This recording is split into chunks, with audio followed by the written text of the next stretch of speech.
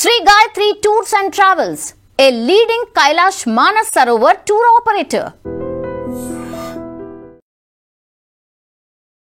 Shri Gayatri tours and travels ఈ పేరు వినగానే మనకు టక్కున గుర్తొచ్చేది కైలాస మానస సరోవర యాత్ర.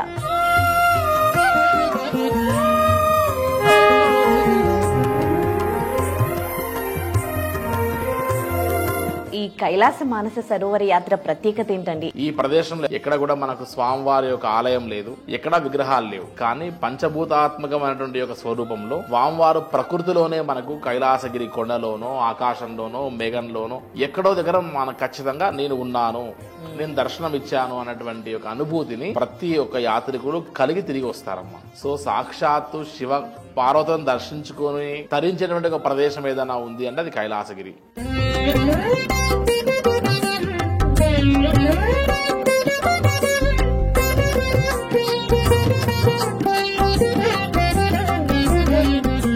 యాత్ర చేసేటువంటి ఒక అనుభూతి, అటువంటి ఒక ట్రాక్ లో ఉన్నటువంటి వారు ఎవరికైనా సరే ఇది ఒక life time achievement. Life before Kailash, life after Kailash అని రెండు రకాల వ్యత్యాసాలని మన కంటికి కనపడించేటువంటి ఒక అద్భుతమైన యాత్రగా చెప్పచ్చు. అది కైలాష్ మానస యాత్ర వయా లక్నో ద్వారా వెళ్లి అక్కడ నుండి నేపాల్గంజ్, సిమికోట్, హిల్సా అనేటువంటి చైనా బార్డర్ దాటి తక్లాకోట్ లో ఒక 2 days మనం అక్యుములేట్ అయ్యి అక్కడ నుండి మానసరోవరం బస్ లో పరిక్రమ చేసి అక్కడ పూజ అభిషేకాలన్నీ పూర్తి చేసుకుని తిరిగి యమద్వార్ డార్చన్ వెళ్లి అక్కడ నుండి 3 రోజుల పరిక్రమ కూడా చేసుకుని జస్ట్ మనం 10 days లో మన ఇంటికి వచ్చి ఉంటాం. Welcome to I dream. నేను Udayasri. Sri Gayatri tours and travels ఈ పేరు వినగానే మనకు టక్కున గుర్తొచ్చేది కైలాస మానస సరోవర యాత్ర. ఇప్పటి వరకు ఈ గాయత్రి టూర్స్ అండ్ ట్రావెల్స్ ద్వారా దాదాపు 2 తెలుగు రాష్ట్రాల నుంచి కూడా 600 మంది తెలుగువారు ఈ యాత్రకు వెళ్ళొచ్చారు. మరి 2020 నుంచి 25 వరకు కూడా చైనాతో కొన్ని పొలిటికల్ ఇష్యూస్ వల్ల చాలామంది వెళ్ళలేకపోయారు. ఇప్పుడు అవన్నీ కూడా క్లియర్ అయిపోయాయి. మరి దీంతో చాలామంది భారతీయులు ఈ యాత్ర చేయాలని అనుకుంటున్నారు. మరి Sri Gayatri tours and travels ఇప్పటివరకే దాదాపు 600 మంది తెలుగువారికి ఈ భాగ్యాన్ని కల్పించింది. ఇప్పుడు భరత్ శర్మ గారు Sri Gayatri tours and travels అధినేత మనతో ఉన్నారు. ఆయనతో మాట్లాడి ఈ యాత్రకి సంబంధించి మరిన్ని వివరాలు తెలుసుకుందాం. నమస్తే అండి, వెల్కమ్ టు అవర్ స్టూడియో. నమస్తే అమ్మా. సో ఈ కైలాస మానస సరోవర యాత్ర ప్రత్యేకత ఏంటండి? ఎందుకని ప్రతి ఒక్కరు లైఫ్ టైంలో ఒక్కసారైనా కానీ ఈ యాత్రకు వెళ్ళాలని అనుకుంటారు? అమ్మా, ముందుగా ఐ డ్రీమ్ ప్రేక్షకులకు నమస్కారం. కైలాష్ అండ్ మానస సరోవర్ ఈ 2 పేర్లు వినంగానే యాత్ర చేసేటువంటి ఒక అనుభూతి, అటువంటి ఒక ట్రాక్ లో ఉన్నటువంటి వారు ఎవరికైనా సరే ఇది ఒక లైఫ్ టైం అచీవ్మెంట్. అన్ని యాత్రలు రాజు లాంటి యాత్రలు అవుతే ఈ కైలాష్ అండ్ మానస సరోవర్ యాత్ర మాత్రం రారాజు లాంటి యాత్ర అని చెప్పచ్చు. ఎందుకు అంటే మనము 12 జ్యోతిర్లింగాలు, శక్తిపీఠాలు ఇలా ఎక్కడికి వెళ్ళినా సరే మనకు భగవంతుడు విగ్రహ రూపంలోనో లింగాకారంలోనో ఒక స్టాచ్యూలో కనపడతారు. అక్కడికి వెళ్ళే మనం తరించి వస్తాం. అయ్యో ఇవాళ నేను కాశీ వెళ్ళా, కాశీలో అభిషేకం చేసుకున్నా, స్పర్శ దర్శనం చేసుకున్నటువంటి అటువంటి అనుభూతిని పొంది ఉంటారు. ఇప్పుడు ఎక్కడికైతే మనం కైలాష్కి వెళ్తున్నామో, ఏ ప్రదేశంలో అయితే మనం కైలాష్ అండ్ మానస సరోవర్ యాత్రకి ట్రావెల్ చేస్తున్నామో ఈ ప్రదేశంలో ఎక్కడా గుడి లేదు, ఎక్కడ కూడా మనకు స్వామివారి యొక్క ఆలయం లేదు, ఎక్కడ కూడా మనకు గోపురాలు లాంటివి ఏం కనపడవు, ఎక్కడా విగ్రహాలు లేవు. కానీ పంచభూతాత్మకమైనటువంటి యొక్క స్వరూపంలో స్వామివారు ప్రకృతిలోనే మనకు కైలాసగిరి కొండలోనో, ఆకాశంలోనో, మేఘంలోనో ఎక్కడో దగ్గర మనకు ఖచ్చితంగా నేను ఉన్నాను, నేను దర్శనం ఇచ్చాను అన్నటువంటి ఒక అనుభూతిని ప్రతి ఒక్క యాత్రికులు కలిగి తిరిగి వస్తారమ్మా. సో సాక్షాత్తు శివ పార్వతిని దర్శించుకొని తరించేటువంటి ఒక ప్రదేశం ఏదైనా ఉంది అంటే అది కైలాసగిరి. కాబట్టి ఇవన్నీ చార్ధామ్, అమర్నాథ్, శ్రీలంక ఇటువంటి యొక్క ముక్తినాథ్ లాంటి ఈ బేసిక్ యాత్రలన్నీ అయిపోయిన తర్వాత ప్రతి ఒక్కరికి ఒక అల్టిమేట్ టాస్క్గా, ఒక లైఫ్ టైం అచీవ్మెంట్గా పెట్టుకునేటువంటి ఒక యాత్ర ఏదైనా ఉంది అంటే అది ఈ రారాజు లాంటి కైలాష్ అండ్ మానస సరోవర్ యాత్ర అని చెప్పచ్చు. ఎందుకు అక్కడికి వెళ్ళడము అని అంటే ఒక శ్లోకం ఉందమ్మా మహాన్యాసంలో. కైలాస శిఖరే రమ్యే శంకరస్య శివాలయే దేవతాస్తత్ర మోదంతి తన్మే మన శివ సంకల్పం వస్తు అని చెప్తారు. 3 కోటి దేవతలే వారి ఆనందాన్ని పొందడానికి, రమణీయతను పొందడానికి, వారి యొక్క ఆనందాన్ని పంచుకోవడానికి, వారందరూ తరించడానికి వచ్చేటువంటి ఒక ప్రదేశం ఈ భూ కైలాసం. ఈ కైలాసగిరి చుట్టూ పరిక్రమ చేస్తూ దేవతలు, కిన్నెరులు, కింపురుషులు, గంధర్వులు, యక్షులు, నాగసాధువులు ఇలా ప్రతి ఒక్కరు రావాల్సిన ప్రదేశమే ఇది. కాబట్టి ఈయన ఈశ్వరుడు సురాసుర పూజితుడు కాబట్టి ఈయన దేవతల ద్వారా అట్ సేమ్ టైం రాక్షసుల ద్వారా ఇద్దరి ద్వారా పూజింపబడేటువంటి ఒక వారు ఎవరైనా ఉన్నారంటే అది శంకరుడు మాత్రమే. కాబట్టి దేవతలే ఆయన దర్శనం కోసం వచ్చేటప్పుడు సజీవ దేహంతో మనం కూడా వెళ్ళాలి అనేటువంటి తాపత్రయం ఆ రోజుల్లో మహాభారతంలో రామాయణంలో కూడా మానసరోవరం గురించి కైలాసగిరి గురించి ఎన్నో ప్రస్తావనలు ఉన్నాయి. అట్ ద సేమ్ టైం రాముల వారు ఆయన అలసిపోయి ఉన్నప్పుడు అరణ్య మార్గంలో వెళ్తుంటే వశిష్ఠుల వారు ఒకసారి సరోవరం తలుచుకోమని చెప్పాడట. అంటే బ్రహ్మ మానసపుత్రిక అనేటువంటి యొక్క మానస సరోవరాన్ని మనం స్మరించడం వల్ల ఆయన ఊరట పొందారు అని చెప్తారమ్మా. కాబట్టి పంచపాండవులు అయితేనేమి, ఆదిశంకర్ల వారైతేనేమి, అదేవిధంగా బుద్ధుడి యొక్క తల్లి అయినటువంటి ఒక మాయాదేవి అక్కడ పుణ్యస్నానం ఆచరించి నాకు సంతాన యోగం కలగాలి అని అంటే తద్వారా గౌతమ బుద్ధుడు జన్మించాడని కూడా మనకు ప్రతీక చెప్తూ ఉంది. కాబట్టి కైలాస మానస సరోవర యాత్ర అనేటువంటిది అది లైఫ్ టైం అచీవ్మెంటే, లైఫ్ టైం డ్రీమ్. అది life before Kailash, life after Kailash అని రెండు రకాల వ్యత్యాసాలని మన కంటికి కనపడించేటువంటి ఒక అద్భుతమైన యాత్రగా చెప్పచ్చు. అండ్ ప్రతి హిందువుకి లైఫ్ టైం అచీవ్మెంట్ లాంటి యాత్రగా, అది కేవలం ఒక ఆధ్యాత్మిక యాత్ర మాత్రమే కాదు, జీవితాన్నే మార్చేటువంటి ఒక యాత్ర. కాబట్టి ఒకప్పుడు కేవలం ఓల్డ్ ఏజ్ వాళ్ళు వెళ్ళేవారు, బట్ ఈ యొక్క సోషల్ మీడియాల్లో వాటిలో ఎక్స్ప్లోర్ చేసి మనలాంటి యువత కూడా ఈ యొక్క యాత్రకి ఈ మధ్యలో ఎక్కువ శాతం తగులుతూ ఉన్నారు. సో ఎంత చెప్పినా కైలాస మానస సరోవర యాత్ర గురించి తక్కువే అని చెప్పచ్చమ్మా. ఓకే, మీరు అలాంటిది అంటే అలాంటి సౌభాగ్యాన్ని అందరికీ కల్పించారు. ఒక 600 మెంబర్స్ తెలుగు వాళ్ళందరూ కూడా మీ ఏజెన్సీ ద్వారా ఈ యాత్రను సక్సెస్ఫుల్గా చేశారు కదా. మరి ఈ సక్సెస్ జర్నీ ఎట్లా అనిపించింది? మీరు ఎప్పుడు కూడా ఎలాంటి చేదు అనుభవాలు లేవా ఇన్ని ఇయర్స్లో? ఎస్ అమ్మా, యాక్చువల్గా కైలాస మానస సరోవర యాత్ర అనగానే ఇది కేవలం ఒక యాత్ర మాత్రమే కాదు, కేవలం ఒక ట్రావెల్ ఏజెంట్గా మనం వారిని తీసుకొచ్చడం మాత్రమే కాదు, ఇందులో బ్యాక్ ఎండ్ వ్యవహారాలు చాలా ఇన్వాల్వ్ అయి ఉంటాయి. ఏ టూర్ అయినా సరే మిగతా చార్ధామ్, శ్రీలంక ఇటువంటి విధానికి పెద్ద హెక్టిక్ రెస్పాన్సిబిలిటీస్ ఉండవు, కానీ కైలాష్కి మాత్రం మనం హై ఆల్టిట్యూడ్ రీజన్కి వెళ్తాం. సో హై ఆల్టిట్యూడ్ రీజన్కి సీ లెవెల్ కంటే చాలా హైట్కి వెళ్ళినప్పుడు ఆక్సిజన్ తక్కువ ఉంటుంది. సో ఇక్కడ ముందుగానే మనం యోగా, ప్రాణాయామము, మెడిటేషన్ లాంటివి ఎన్ని చేసినప్పటికీ కొంతమందికి ఫోబియా ఉన్న వారికి, కాస్త వీక్ మైండ్ సెట్ ఉన్న వారికి, కొద్దిగా అటువంటి వారు పైకి వెళ్ళిన తర్వాత హై ఆల్టిట్యూడ్ కాస్త ఇబ్బంది గురయ్యే అవకాశం కూడా ఉంటుంది. సో ఇదంతా గ్రాడ్యువల్గా మనం స్టెప్ బై స్టెప్ వారిని అడ్జస్ట్ చేస్తూ క్లైమేట్కి అక్లమటైజ్ చేస్తూ మనం వెళ్ళవలసి వస్తుంది. సో మనం ఎప్పుడైతే ఈ పీరియాడికల్ స్టెప్స్ మనం జాగ్రత్తగా దాటుకుంటూ ఎన్ని డేస్ అక్కడ ఉంటే వీరు ప్రశాంతంగా ఉంటారనేటువంటిది మనం ప్లాన్ చేసుకుంటూ వెళ్ళాలి. జస్ట్ షార్ట్ డేస్లో తీసుకొని వచ్చేద్దాము, అక్కడ ఏదైనా స్కిప్ చేస్తే మనకు 1-2 డేస్ మిగులుతుంది కదా అనుకుంటే దాని యొక్క ఇంపాక్ట్ ఆబ్వియస్గా వారు కైలాసగిరి పరిక్రమ చేయడంలోనో, అక్కడ హెల్త్ ఇష్యూస్లోనో, టిల్ మానసరోవరం అండ్ యమద్వార వరకు మాత్రం వెళ్ళడంలోనో ఇలా ఇబ్బందులు గురయ్యే అవకాశం ఉంటుంది. కాబట్టి ఎప్పుడైతే మనం కైలాష్ యాత్రకు సంబంధించిన పరిక్రమ చేయించాలి అనే టార్గెట్ ఎప్పుడైతే పెట్టుకుంటామో, నా యొక్క దృష్టిలో కైలాష్ యాత్ర చేయించడం అనే టార్గెట్ కాదు, కైలాసగిరి యొక్క పరిక్రమ చేయగలగాలి. 3 డేస్ పరిక్రమ ఎవరైతే చేయగలుగుతారో అటువంటి వారి యొక్క లైఫ్ స్టైలే డిఫరెంట్గా ఉంటుంది, వారి అనుభూతి అద్భుతంగా ఉంటుంది. సో అటువంటి దానికోసం మనం ప్రయత్నం చేయాలనేటువంటి తాపత్రయం మనకు ఉన్నప్పుడు ఇటువంటి హర్డిల్స్, ఇబ్బందులు లాంటివి ఏవి ఉండవు. ఇప్పటికి సుమారుగా ఇంతమంది ట్రావెల్ చేసి వచ్చారు. ఇంతమంది ట్రావెల్ చేసి వచ్చినటువంటి వారిలో ఒక్కరు సిక్ అవ్వడం కానీ, ఒకరికి హెల్త్ ఇష్యూస్ రావడం కానీ, అక్కడికి వెళ్ళి వారు యమద్వార వరకు వెళ్ళలేకపోయాము, మేము కేవలం ఈ యొక్క ఇష్యూస్ వల్ల పరిక్రమ చేయలేకపోయినాము అన్నటువంటి వారు ఒక్కరు లేరు. సో ఇంతమంది మాక్సిమం టు మాక్సిమం 400 మంది వరకు పరిక్రమ చేయగలిగారు అవుట్ ఆఫ్ 600 చేంజ్. పరిక్రమ అంటే కైలాసగిరి చుట్టూ మనం అరుణాచలం ఎట్లయితే గిరి పరిక్రమ చేస్తాము, అదేవిధంగా కైలాసగిరి చుట్టూ 1 day 14 kilometres, second day 20, third day 14, 3 రోజులు మనం పరిక్రమ చేయవలసినటువంటి ఒక యాత్ర. సో అది చాలా అద్భుతమైనటువంటి ఒక ఫీలింగ్ అది. సో అటువంటి ఫీల్ ని మనం ఇవ్వడానికి ప్రయత్నం చేస్తాం. సో ఎప్పుడైతే కస్టమర్ యొక్క ఇంటెన్షన్ ని మనం నెరవేర్చాలి అనేటువంటి ఒక ఇంటెన్షన్ మనకు ఉంటుందో అప్పుడు ఆటోమేటిక్గా ఏ ప్రాబ్లమ్స్ రావు. ఇంతవరకు ఇన్ని బ్యాచెస్లో కొంతమంది ఢిల్లీ అటు ఇటు వెళ్ళినట్టు బ్యాచెస్ అందరూ స్ట్రైట్గా తీసుకెళ్ళడము, ఈ వీసా అండ్ పర్మిట్స్ ఒక 2-3 డేస్ కాస్త లేట్ అయిపోవడం వల్ల అక్కడికి వెళ్ళి ఇబ్బందులు పడి వచ్చిన తర్వాత ఇంటికి వచ్చాక ఆ సైడ్ ఎఫెక్ట్స్ వల్ల చెప్పలేనటువంటి తీవ్రమైన ఇబ్బందులకు గురవ్వడం కూడా జరిగింది. బట్ నేను ఎప్పుడు అటువంటిది ఫేస్ చేయలేదు. సో దేవుడి దయ వల్ల అందరూ సేఫ్ గా కైలాష్ యాత్ర తిరిగి వచ్చారు. అండ్ వచ్చిన తర్వాత 1 వీక్ 10 డేస్ అయిన తర్వాత కూడా వారిలో ఎటువంటి ఇబ్బందులు గురి కాలేదు అంటేనే కైలాష్ యాత్రకి ప్రశాంతంగా చేసి వచ్చారు అనుకోవచ్చు. ఎన్ని డేస్ యాత్ర ఇది కైలాస్ మానస సరోవర్ యాత్ర అనేది? కైలాష్ మానస సరోవర్ యాత్రకి కనీసం మనం ఒక 10 డేస్ మనం కేటాయించుకోగలిగితే హెలికాప్టర్ రూట్లో ఫ్రమ్ హైదరాబాద్ టు లక్నో, నేపాల్గంజ్, సిబికోట్, హిల్సా, అక్కడ నుండి చైనా బార్డర్లోకి ఎంటర్ అయ్యి మనం తక్లాకోట్ అండ్ మానస్ సరోవర్ అదేవిధంగా యమద్వార్ వరకు వెళ్ళి తిరిగి మనం 3 రోజుల పరిక్రమ కూడా చేసి రావడానికి మనకు సుమారుగా ఒక 10 డేస్లో మనం పరిక్రమ కూడా చేసి వచ్చేటువంటి ఒక సమయం కేటాయించుకోవచ్చు మనం. ఓకే, ఇప్పుడు రీసెంట్గా ఒక న్యూస్ విన్నాం కదా, చైనా దగ్గర మన ఇండియన్స్ని ఆపేశారు అని, మన యాత్రికులను. అంటే ఏం జరిగిందండి?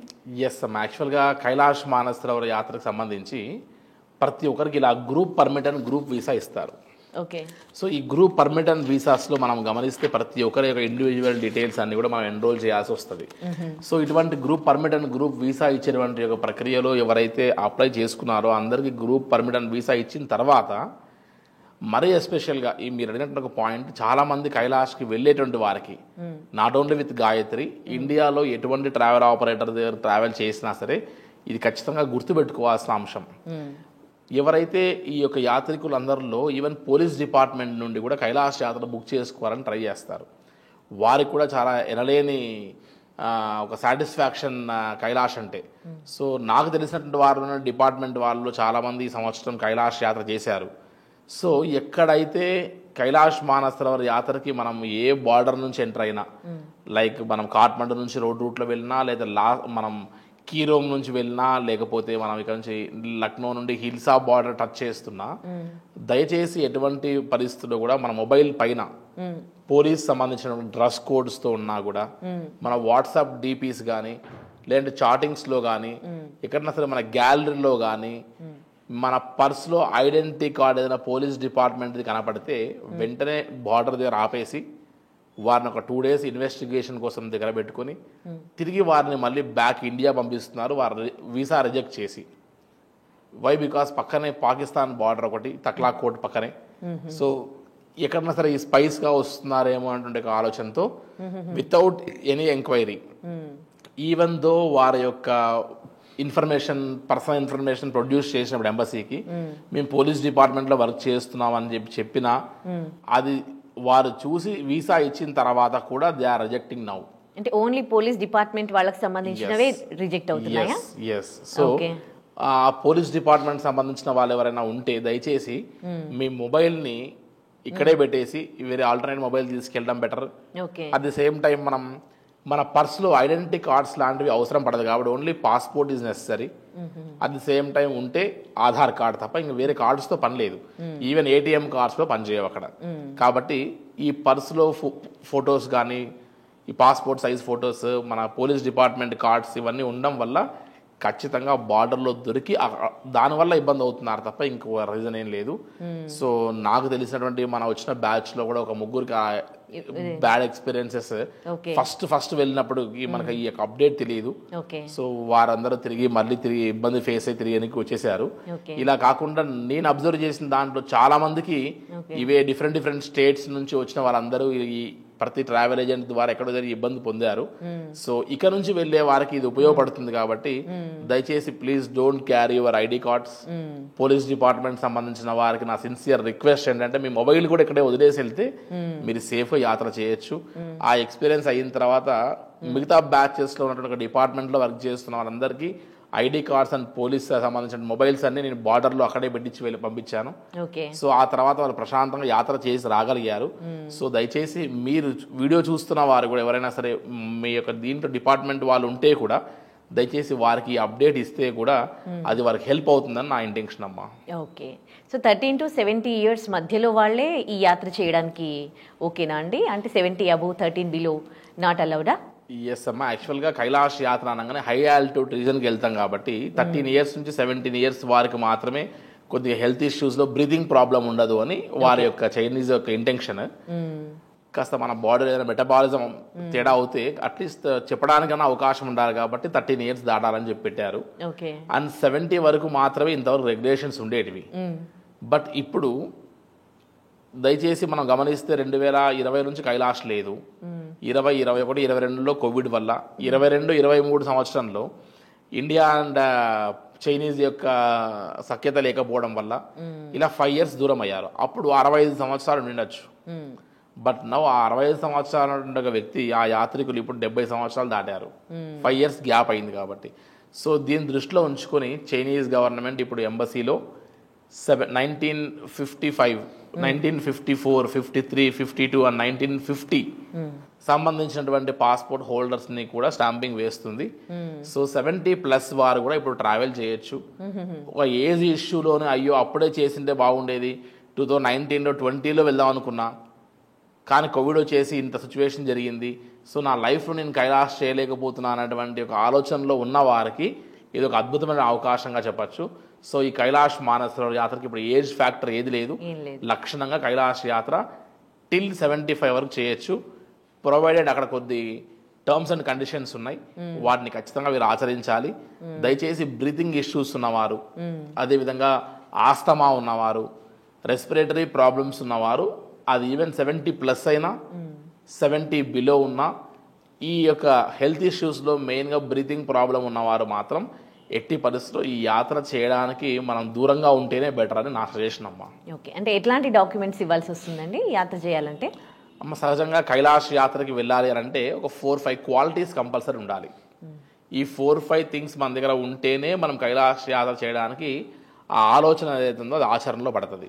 నెంబర్ 1, ఖచ్చితంగా వ్యాలిడ్ పాస్పోర్ట్ అట్లీస్ట్ 1 year వ్యాలిడిటీతో ఉండాలి. చాలా మందికి 10 years ఉంటుంది కదా అని మర్చిపోయి ఆ పాస్పోర్ట్ని ఎక్కడో పెట్టేసి ఉంటారు. సో ఇప్పుడు అవసరమైనప్పుడు ఆ పాస్పోర్ట్ వ్యాలిడిటీ అయిపోయి ఉండొచ్చు, లేదంటే 6 months, 2 months, 3 months ఉండొచ్చు. సో అప్పుడు కాస్త ఇబ్బంది కాకుండా ముందుగానే పాస్పోర్ట్ రెన్యువల్ చేయించుకునే ప్రయత్నం చేసి ఉండాలి. అట్ ద సేమ్ టైం మనం ఈ ఆధార్ కార్డు ప్రొవైడ్ చేయాలి. అంటే ఖచ్చితంగా మన మొబైల్కి ఆధార్ కార్డ్ ఓటీపీ రావాలి. కొంతమంది పెద్దవాళ్ళకి ఆ ఓటీపీస్ లాంటివి ఇంకా లింక్ చేసుకొని ఉండరు, అప్పుడు లాస్ట్ మూమెంట్లో ఫార్మాలిటీస్కి ఇబ్బంది పడతారు. సో కంపల్సరీ అది చూసుకోవాలి, OTP for Aadhaar card. Third thing ఏంటంటే సమ్ స్పెసిఫిక్ సైజెస్తో ఉన్నటువంటి ఫోటోగ్రాఫ్ ఇవ్వాలి మనం ఎంబసీ కోసం, అది కూడా కాస్త జాగ్రత్తగా చూసుకొని చేసుకోవాలి. At the same time Indian passport హోల్డర్స్కి ఒకప్పుడు ఈ వీసా ప్రాసెసింగ్స్లో ఓన్లీ పాస్పోర్ట్ మీద బేస్ చేసేవాళ్ళు. ఎన్ఆర్ఐ పాస్పోర్ట్ హోల్డర్స్కి మిగతా వారికి మాత్రమే లెంతీ ప్రాసెస్ ఉండేది. కానీ ఇప్పుడు ఇండియన్ పాస్పోర్ట్ హోల్డర్స్ ఎక్కడ పుట్టారో కొంచెం మొదలు పెడితే ఈ నిమిషం వరకు వాళ్ళ యొక్క హిస్టరీ మొత్తం ఒక ఎంక్వైరీ ఫామ్లో తీసుకుంటున్నారు. ఓకే, సో ఇవన్నీ ముందుగానే మనం ఎంబసీకి సబ్మిట్ చేసిన తర్వాత దెన్ ఒక 25 days టైంలో పర్మిట్ అండ్ వీసా అనేది మనకు సబ్మిట్ చేస్తున్నారు. సో ముందుగానే ఇవన్నీ ఉండాలి, ఇవన్నీ చూసుకొని దీంతో పాటు బ్రీతింగ్ ప్రాబ్లమ్స్ ఉండకూడదు, ఇవన్నీ క్వాలిటీస్ ఉండి ఈ డాక్యుమెంటేషన్స్ అన్నీ ఉంటే కైలాష్ యాత్రని చాలా పర్ఫెక్ట్గా ప్రశాంతంగా చేసుకోవచ్చమ్మా. ఇందాక మీరు చాలా మార్గాలు చెప్పారు కదా కైలాస్ మానస సరోవర్ యాత్రకి, మీరు ఏ మార్గంలో తీసుకెళ్తారు యాత్రికులని? ఎస్ అమ్మా, ముందుగా కైలాష్కి వెళ్ళాలి అని అంటే ఒక ఆలోచన ఆచరణలో పడడానికంటే ముందు మనం సెలెక్షన్ ఆఫ్ రూట్ ఈజ్ చాలా ఇంపార్టెంట్ అమ్మా. మనం వెళ్ళేటువంటి వాళ్ళు డిఫరెంట్ రూట్స్లో వెళ్ళొచ్చు. ఒకటి గవర్నమెంట్ నుంచి ఆపరేట్ చేసేటువంటి ministry of external affairs Lipulekh pass నుండి ఆపరేట్ చేసేటువంటి రోడ్లో కేవలం గవర్నమెంట్ రూట్ తప్ప మనది కాదు కాబట్టి మనం అందులో వెళ్ళలేము. సెకండ్ ఆప్షన్ కాఠ్మండు నుండి బై రోడ్డు వెళ్ళడం, అంటే కాఠ్మండు, హైదరాబాద్ టు కాఠ్మండు ఫ్లై అయ్యి కాఠ్మండు నుంచి మళ్ళీ తిరిగి కీరోంగ్, సాగా, అదేవిధంగా ఫ్రెండ్షిప్ బ్రిడ్జెస్ అవన్నీ దాటుకుంటూ మనం డైరెక్ట్గా మానస సరోవరం వెళ్ళడము. ఇది బై రోడ్డే ఆల్మోస్ట్ అప్ అండ్ డౌన్ కలిపితే 1900 kilometers వస్తుందమ్మా. సో 1900 kilometers, ఆల్మోస్ట్ 14 రోజులు అప్ అండ్ డౌన్, మళ్ళీ 2 days అక్కడ local site seeings of Kathmandu ఒక 2 days, ఇలా లెక్కేస్తే 18 days ఒక పక్కన. అంత స్ట్రెయిన్ తీసుకునేటువంటి ఒక పరిస్థితి లేదు, అంత టైం కూడా ఎవరి దగ్గర లేదు. సో అన్నిటికంటే ది బెస్ట్ రూట్, మా దగ్గరికి ఎక్కువగా వచ్చిన కస్టమర్స్ అందరూ చూస్ చేసుకున్న route, the best route for Kailash and short and స్వీట్గా వెళ్ళేటువంటి రూట్ ఏదైనా ఉంది అంటే అది కైలాష్ మానస సరోవర్ యాత్ర వయా లక్నో ద్వారా వెళ్ళి అక్కడ నుండి నేపాల్గంజ్, సిమికోట్, హిల్సా అనేటువంటి చైనా బార్డర్ దాటి తక్లాకోట్లో ఒక 2 days మనం అక్యుములేట్ అయ్యి అక్కడ మనం స్టే చేయడం వల్ల అడ్జస్ట్ అయ్యి క్లైమేట్కి అక్కడ నుండి మానసరోవరం బస్సులో పరిక్రమ చేసి అక్కడ పూజ అభిషేకాలన్నీ పూర్తి చేసుకుని తిరిగి యమద్వార్ డార్చన్ వెళ్ళి అక్కడ నుండి 3 రోజుల పరిక్రమ కూడా చేసుకుని జస్ట్ మనం 10 daysలో మన ఇంటికి వచ్చి ఉంటామమ్మా. సో 10 రోజుల కైలాష్ యాత్ర including Parikrama by using helicopter అనేది చాలా మంది ప్రిఫర్ చేస్తారు. సో మా దగ్గరికి వచ్చిన వాళ్ళందరూ కూడా ఎక్కువగా ఆ రూట్ ప్రిఫర్ చేసిన వాళ్ళు తప్ప రోడ్ రూట్ గురించి తక్కువగా ప్రిఫర్ చేస్తారు. సో ఇప్పుడు రోడ్ రూట్లో కూడా కాస్త బ్రిడ్జ్ అంతా కూడా డ్యామేజ్ అవ్వడం వల్ల కూడా మనకు కైలాష్కి వెళ్ళడానికి ఆ రూట్లో కాస్త తక్కువగా ప్రిఫర్ చేస్తూ అందరు ఎక్కువగా ఈ యొక్క హెలికాప్టర్ రూటే ఎక్కువ ఇష్టపడుతున్నారు అండ్ చూస్ చేసుకుంటున్నారు. సో నా సజెషన్ ప్రకారం నేను అన్ని రూట్స్లో ట్రావెల్ చేసిన తర్వాత నాకు ఇష్టమైన రూట్ కస్టమర్ పాయింట్ ఆఫ్ వ్యూలో ఎక్కడ రిస్క్ తక్కువ ఉండి ఏదైతే బాగా సేఫ్టీగా వెళ్ళగలుగుతారో అది ఈ యొక్క రూట్ మాత్రమే. ఏది వయా లక్నో నుంచి నేపాల్గంజ్ నుంచి వెళ్ళేటువంటి ఒక మార్గం. సో అది కస్టమర్ యొక్క కెపాసిటీ వారి యొక్క ఓపికని కాపాడుకుంటూ కైలాష్ వరకు వెళ్ళి యమద్వార్ నుండి మనం 3 days పరిక్రమ చేయడానికి ఉపయోగపడుతుంది. మనం ఇక్కడే దారిలోనే స్ట్రెయిన్ అయిపోతే అక్కడికి వెళ్ళిన తర్వాత మన శక్తి మనం యూజ్ చేసుకోవడం కష్టం అనిపిస్తుందని నా పాయింట్ ఆఫ్ వ్యూలో నేను సజెస్ట్ చేసిన ఒక మార్గం అమ్మది. ఓకే, ఇన్ని డేస్ యాత్రలో వాళ్ళకి ఫుడ్కి కొంచెం అంటే మొత్తం టోటల్గా వేరే అయిపోతుంది కదా, ఫుడ్ విషయంలో మీరు ఏమైనా కేర్ తీసుకుంటారా వాళ్ళకి? ఎస్ అమ్మ, యాక్చువల్గా ఫుడ్ అనేటువంటి చాలా మేజర్ రోల్ ప్లే చేస్తుంది ఇక్కడ. వై బికాజ్ మనం ఇక్కడ నుండి ఇండియా నుండి నేపాల్ నుండి Tibet which is occupied by China, ఈ ప్లేసెస్లో ఎక్కడ మన సౌత్ ఇండియన్ ఫుడ్ దొరకదు. సో మనం ముందుగానే వీరికి కావాల్సిన గ్రాసరీస్ ఇవన్నీ కూడా ప్లాన్ చేసి వారికి కావాల్సిన సౌత్ ఇండియన్ ఫుడ్ మనం త్రూ అవుట్ ద ట్రిప్ అందించకపోతే హై ఆల్టిట్యూడ్లో ఫుడ్ సరిగా ఇంటేక్ లేకపోతే కూడా ఖచ్చితంగా డౌన్ అవుతూ వస్తారు. సో ఫుడ్ చాలా మేజర్ రోల్ అని చెప్పచ్చు. సో ఖచ్చితంగా వీరు అన్లిమిటెడ్ ఫుడ్స్, ఫ్రూట్స్, సూప్స్ ఇవన్నీ తీసుకోవాల్సి వస్తుంది. దీంట్లో ముఖ్యంగా కైలాష్ యాత్ర వెళ్ళాలనుకున్న వారు ఎవరైనా సరే కార్బోహైడ్రేట్స్ని తగ్గించి ప్రోటీన్స్ని ఎక్కువ తీసుకోవాల్సి వస్తుంది. ఆ ఫుడ్ ఇంటేక్ వల్ల కూడా మన బాడీ మెటబాలిజం ఖచ్చితంగా చేంజ్ అవుతుంది. సో ఆయా జాగ్రత్తలు తీసుకొని కైలాష్ యాత్ర చేయగలిగితే ఫుడ్లో కాస్త మంచి ఇంపార్టెన్స్ తీసుకొని చేయగలిగితే మాత్రం చాలా ప్రశాంతంగా కైలాష్ యాత్ర చేసి రావచ్చు. అండ్ ఇదేదో కష్టతరమైన యాత్ర అని అనుకుంటారే కానీ కైలాష్ లాంటి ఈజియెస్ట్ యాత్ర ఏది ఉండదని చెప్పచ్చు. అమర్నాథ్ లాంటి డేంజరస్ యాత్ర, చార్ధామ్ లాంటి కష్టమైన యాత్ర ఈ కైలాష్ కాదు. ఎక్కడ కొండలు, గుట్టలు, లోయలు, ఎక్కడ ప్రమాదం లేదు. ఓన్లీ థింగ్ హై ఆల్టిట్యూడ్కి వెళ్తున్నాం, 5850 meters హైట్కి వెళ్తున్నాం కాబట్టి ఆక్సిజన్ తక్కువ ఉన్నట్టు ఒక పాయింట్కి వెళ్తున్నాం కాబట్టి ఓన్లీ బ్రీతింగ్ ప్రాబ్లం తప్ప అక్కడ ఇంకా వేరే అదర్ ప్రాబ్లమ్స్ వచ్చే సోర్సే లేదు ఇంకా. కాబట్టి ఆ ఒక్క బ్రీతింగ్ ప్రాబ్లంకి మనం అడ్జస్ట్ అవ్వాలి, ముందుగానే మనం ట్యూన్ చేసుకోవాలి మన బాడీని.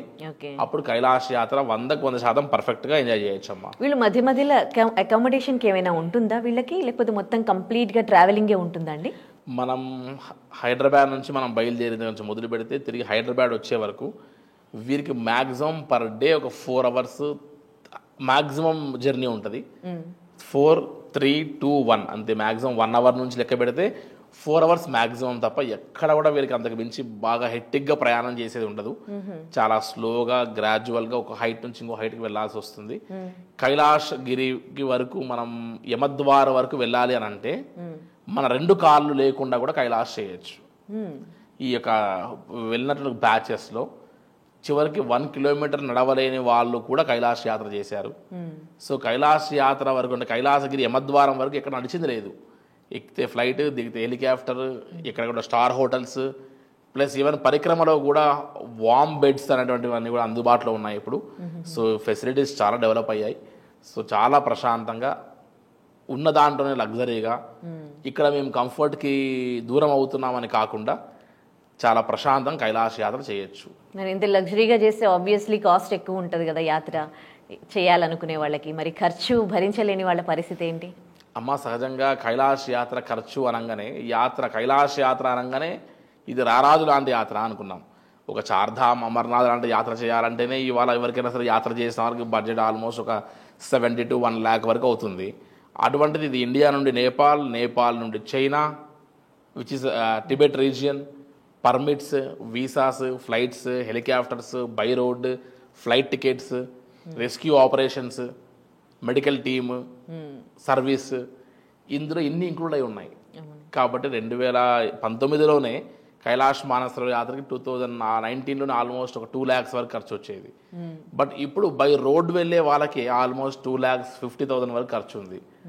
సో రోడ్లో వెళ్ళినప్పుడు 250 అయిందంటే ఖచ్చితంగా హెలికాప్టర్స్ ఫ్లైట్స్ యూజ్ చేసేటప్పుడు ఆబ్వియస్గా ఖర్చు ఎక్కువ అవుతుంది. కాబట్టి ఇప్పుడు సుమారుగా 3 లక్షల పైన కైలాష్కి మనం ప్లాన్ చేసుకోవాలి. అండ్ కైలాష్ డ్రీమ్ ఉన్న వాళ్ళు ఎవరు ఆ బడ్జెట్ని చూసుకొని వెళ్ళేటువంటి వాళ్ళు తక్కువ ఉంటారు. బట్ ఎవరైనా సరే ఆ డ్రీమ్గానే ఉండిపోతుందేమో, మనం కైలాష్ని ఎంజాయ్ చేయట్లేదేమో అనుకున్నటువంటి ఒక ఫీల్ ఉన్న వాళ్ళకి ఇంకొక ఆల్టర్నేట్ మార్గం ఉంది. ఆ ఆల్టర్నేట్ మార్గం ఏంటంటే ఏరియల్ వ్యూ. ఓకే, అంటే కైలాసగిరి వరకు వెళ్లకుండా నేపాల్ బార్డర్లోనే ఉండి చైనాలో ఎంటర్ కాకుండా మనం ఇక్కడ నుండి లక్నో ద్వారా నేపాల్ గాని వెళ్ళిపోయి ఒక ఫ్లైట్లో సెకండ్ డే ఫ్లైట్లో ఫ్లై అయ్యి విండో సీట్లో కూర్చొని మనం కైలాసగిరిని అండ్ మానసరోవరం రెండింటినీ కూడా జాగ్రత్తగా మనం అబ్జర్వ్ చేస్తూ మనకు 1/2 hour ఫ్లైట్ టైంలో మనం చూసి రావచ్చు. ఇది ఒక ఆప్షన్ ఉంది. బట్ దీనికి ఓన్లీ 3 days టైం పడుతుంది. ఈ 3 days యాత్రకి సుమారుగా ఒక 50-60 వేలు ఖర్చులో పూర్తవుతుంది. బట్ మనం మానసరోవరంలో దిగము, అడుగు పెట్టట్లేదు, కైలాసగిరిని దగ్గర నుంచి చూడట్లేదు. But aerial view. దీనికి పాస్పోర్ట్ అవసరం లేదు, ఏజ్ లిమిట్ లేదు, హెల్త్ ఇష్యూస్ సంబంధం లేదు. ఓకేనమ్మా. సో ఇన్ని ఉన్న వాళ్ళకి అదొక ప్రత్యామ్నాయ మార్గం. సో అందులో అంత సాటిస్ఫాక్షన్ ఉండకపోవచ్చు కానీ బట్ తక్కువ బడ్జెట్ లో అంటే ఇంకా వేరే ఆప్షన్ లేదు. గాయత్రి టూర్స్ అండ్ ట్రావెల్స్ ద్వారా వెళ్తే ఏంటి స్పెషల్, మిగతా ఏజెన్సీస్ కి మీకు ఏంటి డిఫరెన్స్? అమ్మ, కైలాష్ యాత్ర అంటే ఇంతకుముందు నేను చాలాసార్లు చెప్పాను, బట్ మళ్ళీ కూడా నేను మీ ద్వారా రిపీట్ చేస్తున్నామా. నేను కైలాష్ యాత్ర అనేది లైఫ్ టైం డ్రీమ్. ఒక్కసారి కైలాష్ యాత్రకి వెళ్తారు, ఎన్ని కోట్లు ఉన్నా సరే, ఎంత వయసులో ఉన్నప్పటికైనా సరే, లైఫ్ టైంలో సెకండ్ టైం కైలాష్కి వెళ్ళాలంటే ఒక డ్రీమ్ ఒక 1000 మందిలో 2-3 ఉంటుంది. ఒక్కసారి వెళ్ళొచ్చామంటే హై ఆల్టిట్యూడ్, అక్కడ ఉన్నటువంటి యొక్క క్లైమేట్, ఇవన్నిటినీ ఫేస్ చేయాల్సి వస్తుంది.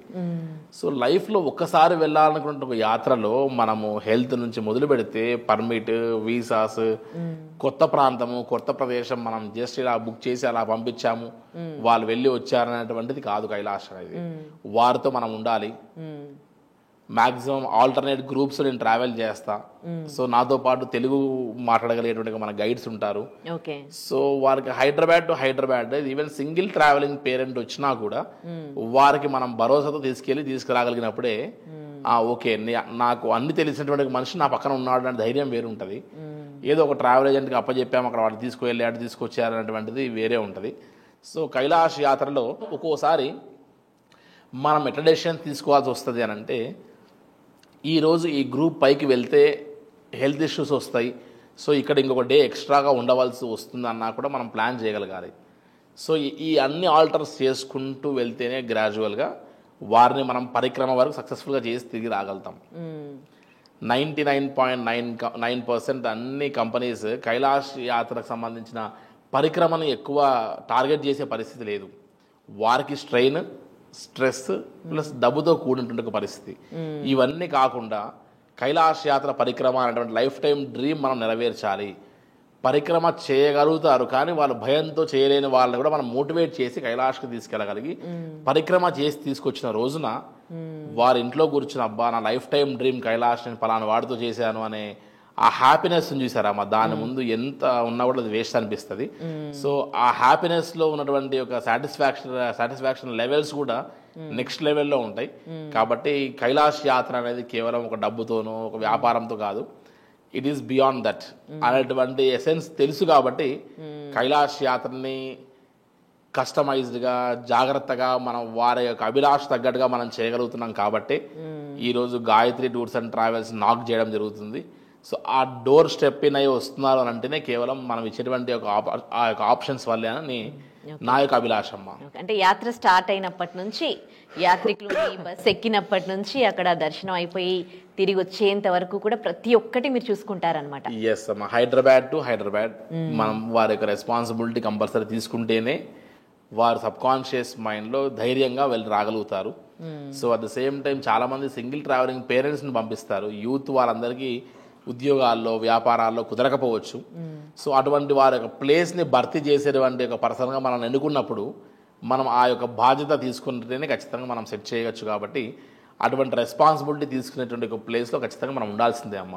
Okay. At the same time ఏంటంటే అంత దూరంలో వాళ్ళకి వేరే ఆప్షన్ దొరకదు. అంత దూరానికి వెళ్ళిన తర్వాత ఏదైనా వేరే ఆల్టర్నేట్ చేసుకోవాలన్న ఆప్షన్ ఉండదు.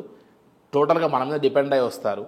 సో ఆ డిపెండెన్సీని మనం వారికి మన యొక్క సాయశక్తుల ఏదైతే మన చేతిలో ఉందో అది కంపల్సరీ మనం ఇవ్వగలిగితేనే ఇక్కడ పంపించినటువంటి ఒక ఫ్యామిలీస్కి వెళ్ళినటువంటి ఒక వారికి ఇద్దరికి సబ్కాన్షియస్ మైండ్లో ఆ యొక్క ధైర్యంతో యాత్ర చేయగలరని నా యొక్క ఇంటెన్షన్ అమ్మ. ఓకే. ఇప్పుడు ఈ యాత్ర చేయాలనుకునే వాళ్ళకి మిమ్మల్ని అప్రోచ్ అవ్వాలంటే అమ్మ ముందుగా కైలాష్ మానసరోవర్ యాత్రకి వెళ్ళాలనేటువంటి ఒక ఆలోచన ఆచరణలో పడాలంటే కనీసం ఒక 3 months ముందే ప్లాన్ చేస్తేనే డాక్యుమెంటేషన్స్ వాటిలో ఈజీగా మనం ప్లాన్ చేయొచ్చు.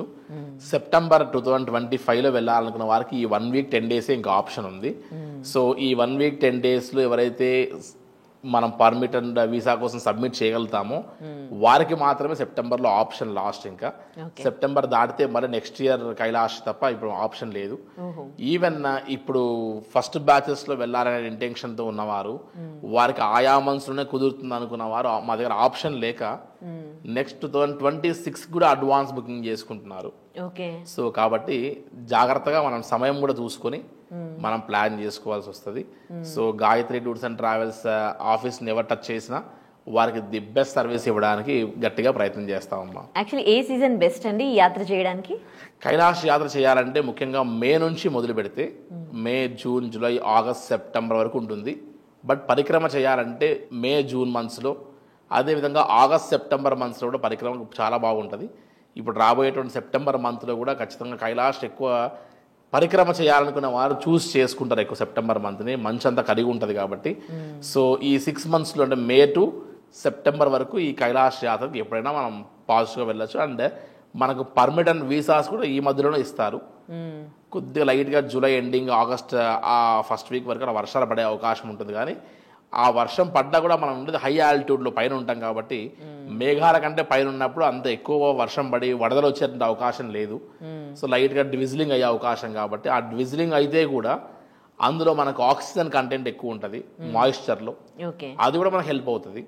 కాబట్టి కైలాష్కి మే 2 మొదలు పెడితే మే నుండి సెప్టెంబర్ వరకు ది బెస్ట్ సీజన్ అని చెప్పచ్చమ్మా.